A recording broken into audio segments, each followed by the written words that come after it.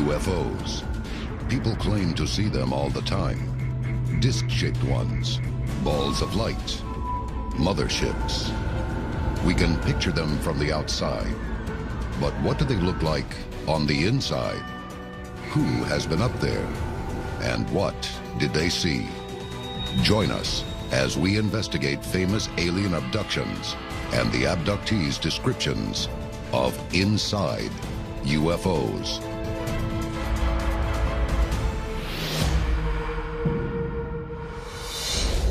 A global effort has begun. Secret files hidden from the public for decades, detailing every UFO account, are now available to the public. We are about to uncover the truth behind these classified documents. Find out what the government doesn't want you to know. Unsealed. Alien Files. Exposing the biggest secret on planet Earth. There is no end to the discussion of UFOs, but no subject is as controversial or riveting as alien abductions. And alien abduction is the only type of encounter in which eyewitness testimony can reveal details about the inside of unidentified flying objects. Details that can help us understand how aliens live and what they want. Unsealed case file, the Allagash abductions. Allagash Waterway, Maine, August 20th, 1976. The Allagash abduction is an absolutely fascinating case. This involved 4 men out fishing, 2 brothers and 2 friends. They had had little luck with their catch, so they decided to go out onto the lake in a canoe. The 4 artist friends, including Chuck Rack, make a fire on shore to serve as a beacon for their nighttime fishing. What they don't know is that instead of catching something below, they are about to be caught by something above, something that will ultimately drive their friendships apart. As they were out on the lake, they saw in the sky a bright light, and it got closer and closer. It descended until they saw this huge UFO. The men later estimate the UFO to be 80 feet across. Now, one of them decided to try and signal at it with a flashlight, and the UFO then came closer, and by this time the men were panicking. They decided to try and return to the shore. They were canoeing furiously, but a bright light shone down, and at that point there was a disconnect. Suddenly, the men find themselves back on shore, but something is not right. They had no real memory of what happened, but they next thing found themselves back on the shore. And intriguingly, the fire had burnt down completely. Well, this was not possible. It had been blazing, so the implication was clear. There was lost or missing time. Something had happened to these 4 men. Maybe it had been an hour, maybe longer, and yet they had no conscious memory of it. Missing time is a classic symptom of alien abduction. A lot of times when they recollect an experience like an alien abduction or a UFO sighting, they realize that there's a big chunk of time that they just simply can't account for, and that's what you call missing time. Afterwards, they began to have flashbacks, dreams, nightmares. They went for regression hypnosis, and what emerged was an account that they were taken on board this ship. Hypnosis is still heavily debated among UFO researchers and scientists as a tool to investigate close encounters and buried memories of traumatic experiences. Hypnosis is the process of putting somebody into a very relaxed state. And what that means is they're not only very subjective to maybe memories being implanted in them, but it also kind of brings their walls down. If they have memories that they have forgotten. During the Allagash hypnosis sessions, the men begin to recall an intense and vivid encounter with several aliens who allegedly took them aboard a UFO. They saw strange entities, humanoid but clearly not human, and that, again, some medical procedure, which is often so central to these alien abduction experiences, was carried out. But skeptics point out that there are many key similarities to alien abduction that may be the result of autosuggestion. People literally report that they are floated into the craft somehow, often through the solid surfaces, through walls, through ceilings, through the hull of the ships themselves. Often, after that, they find themselves in an enclosed space of some sort. Often this is reported as quite sterile and white in color. Skeptics hold up these common descriptions as reasons to doubt UFO abduction testimony. But if many of the descriptions are all similar, could it also be the truth? There are frequent reports of a table or a raised platform in the center of what's often described as a fairly round but otherwise featureless space. When you listen to stories of abductions and the settings that they will recollect, some of them and most of them will actually remember being in some type of medical room, medical examination room with equipment around and their abductors above them. But you have to assume that that's not the only part of the ship. Coming up, we investigate a famous abductee couple who are shown much more than just the medical room inside a UFO. This is Unsealed, Alien Files. Welcome back to Unsealed Alien Files. Many abductees provide similar reports of being taken by aliens to medical rooms inside UFOs. Skeptics and believers all have the same question. Why? Unsealed case file. The Betty and Barney Hill abduction. September 19th, 1961. Portsmouth, New Hampshire. This was a case of a couple returning home late at night, driving down the archetypal lonely country road near Exeter, New Hampshire. Betty and Barney Hill were driving down the highway when they witnessed a UFO. The couple initially describes the craft as multicolored lights flashing across the moon. The UFO rapidly descends, and Barney stops their car in the middle of the highway. A huge, silent, disc-shaped craft hovers in front of them. Using binoculars, Barney claims to see 11 humanoid figures staring out of the row of windows. And as the craft then hovered over their car, cast a big light down on them. Fearing for their lives, the couple jumps back in their car, but are pursued by the UFO. The next thing they know, they wake up 35 miles farther down the road. This was a route and a journey that they were familiar with. So what happened in that period of so-called missing time? Despite the shared incident, Betty and Barney Hill try to return to normal. And under regression hypnosis, out came an account that it wasn't just a distant sighting of a UFO, but this thing actually landed, and they were forcibly taken onto the craft. Under hypnosis, the Hills recount harrowing stories. The medical examinations, the abductors looming over them, taking bodily fluid and samples. They both recollected this, and you got to ask, well, what really happened to Betty and Barney Hill? Barney Hill claims the aliens were almost human, and that they took him to a small examination room and placed him on a rectangular table. Firstly, it does appear that a lot of this is quite functional. It's minimalistic, it's sterile. If people report a medical procedure or physical examination, the parallels with our own operating theaters are quite interesting. But the similarities don't end there. There are also motifs, I believe, that one can recognize from science fiction. And of course, the relationship between sci-fi and ufology is complex. Skeptics say abductees borrow from sci-fi. Other people say it's the other way around. But during Betty Hill's therapy, she reports that the human-like aliens scraped her skin with a knife.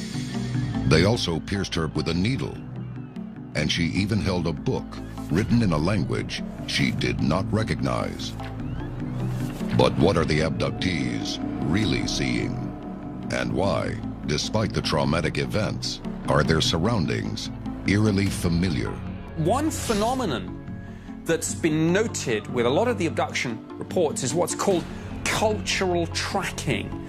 The idea that the technology the abductees report is almost just a little bit ahead of us, our own technology, but not so far ahead of us that it's indistinguishable.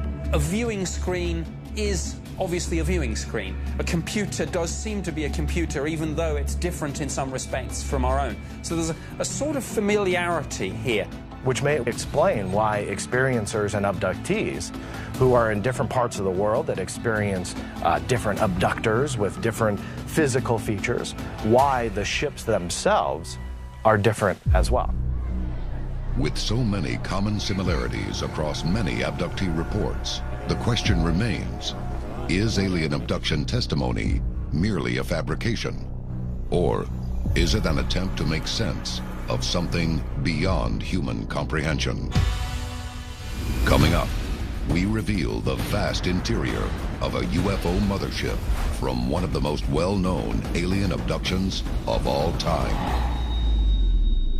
This is Unsealed, Alien Files. Welcome back to Unsealed, Alien Files.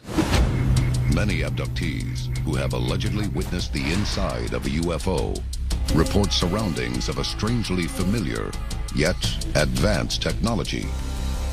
But one man's now famous encounter describes something much more. A mothership. Unsealed case file, the Travis Walton abduction. November 5th, 1975, Apache Sitgreaves National Forest, Arizona. Travis Walton is employed on a logging crew in Arizona. After his shift ends, the crew drive back to camp. When a bright light appears just off the road, Travis decides to get a closer look. Now, Travis Walton was a bit of an extrovert, a bit of a daredevil, and while all his friends and work colleagues were screaming at him to get back in the truck, Travis Walton actually walked towards this UFO, almost like he was challenging it, like quite aggressively. But suddenly, Walton is engulfed by a beam of light coming from the UFO, and he disappears from view. At this point, he was struck by a beam, and it literally took him off his feet, threw him through the air, and his colleagues thought that he had been killed. Walton's co-workers drive away in a panic and later report his disappearance to the local sheriff. But 5 days after the incident, Walton's brother-in-law receives a call. Travis Walton himself turned up some days later, disorientated, disheveled, miles away, with little recollection of what had happened to him. And it was only later, under regression hypnosis, that a fuller story emerged. Travis tells a terrifying story of being subjected to invasive medical examinations and extended confinement. Over the years, Travis Walton has agreed to sit a number of polygraph tests.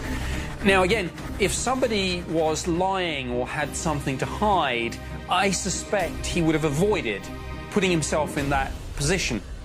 If alien abduction is truly happening, what do the abductors want? If an intelligent civilization comes here and sees an incredibly inferior race, and their question is, how did the human race get there?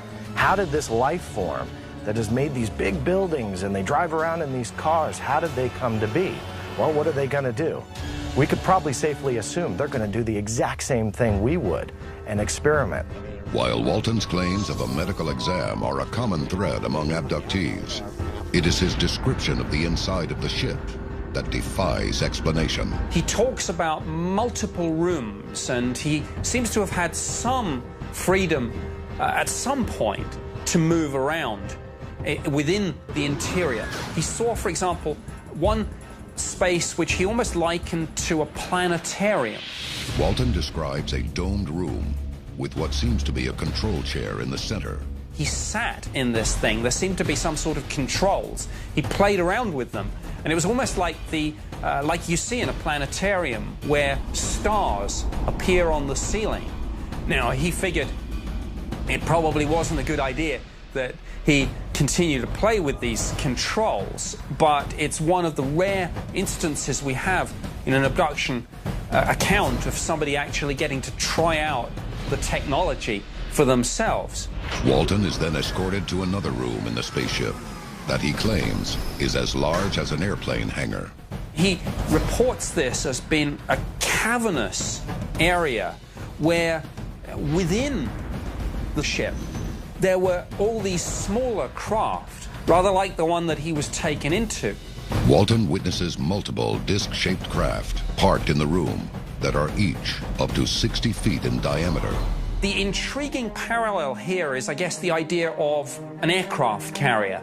I mean, people talk in the UFO field with alien abductions about scout ships and motherships. It's clear from Travis Walton that he was taken from a scout ship onto a mothership. Are UFOs encountered on Earth merely the pathfinders for a colossal mothership? Again, if one considers Travis Walton's account of all these other spaceships just existing within one space in the larger ship, it gives you some sense of perspective here. It tells you that the mothership must be huge. And I mean, some alien abduction accounts talk about spaceships the size of strip malls and football fields. Clearly, that's what Travis Walton was dealing with. When you look at the stories about the shape and the size and the color and the texture of the alien spaceships that these abductees are taken away in, there just are a wide variety of species and types of craft, or UFOs, that are visiting us and are above our skies. Up next, we investigate alien abduction behavior and discover that it may not be much different from our own.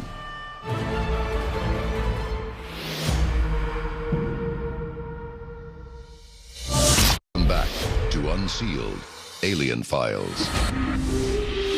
The time to act is now. Tell us your story.